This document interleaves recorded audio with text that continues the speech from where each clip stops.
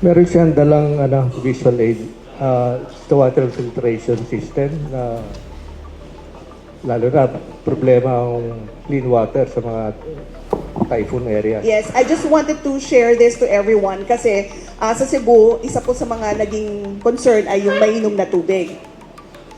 Kahapon po, nagpadala rin kami ng mahigit 400 pieces of this water filtration kits.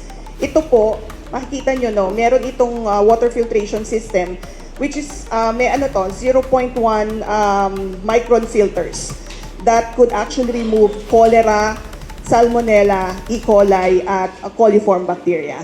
So ito dinistribute natin kasi marumi yung tubig na nasira yung mga water distribution systems. So kahit na marumi po yung tubig, ilagay po nila dito and mapi-filter po nung water filtration system. Tuturuan po namin yung mga internally displaced persons para yung mga pamilya na naapektuhan ng disaster para linisin, ma-maintain kasi pwede pa po itong gamitin.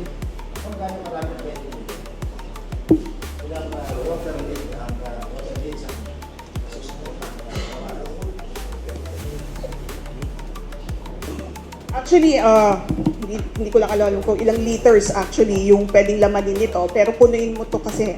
Ma'am, yan, mga 20, ano yan? Siguro mga 15 liters. 15-20 liters, ano? Yan.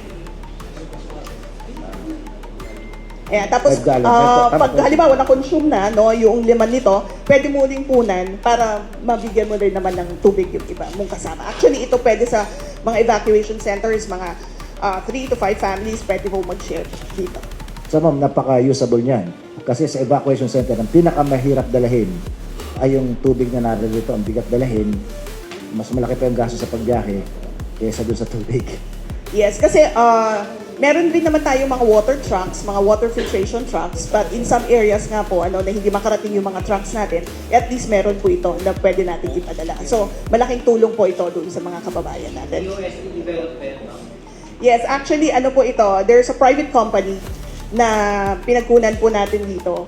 Talagang ito yung kanila pong, how do you call it, expertise, yung dumevelop ng mga water filtration systems. Yung tubig baha, hindi kaya. Yung tubig baha na may mud. Actually, pwede. Talaga? Oo. Ginamit na namin ito. In fact, Secretary Rex Gatchalian and President Marcos Jr. drank from from this bucket. Hindi nga cholera. So ma'am, practically yung mga bacteria-borne diseases na nakamamatay, almost may eliminate ng filtration system na yan. Yes, meron, gaya na nabanggit ko, meron tong 0.1 micron filters na pwedeng magtanggal ng cholera, salmonella, E. coli, and coliform bacteria.